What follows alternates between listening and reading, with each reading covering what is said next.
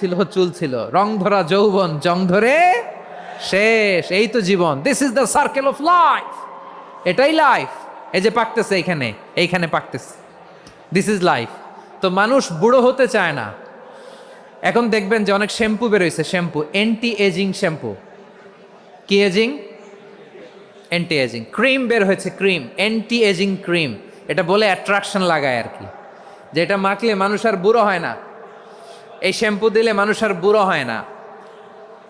ভারতের একজন ধনকুবের আছে, নাম শুনেছেন না? মুকেশ আম্বানি।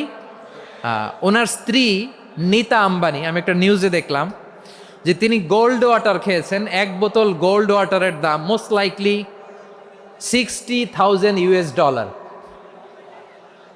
$60,000 এক বোতল গোল্ড ওয়াটার। কেন?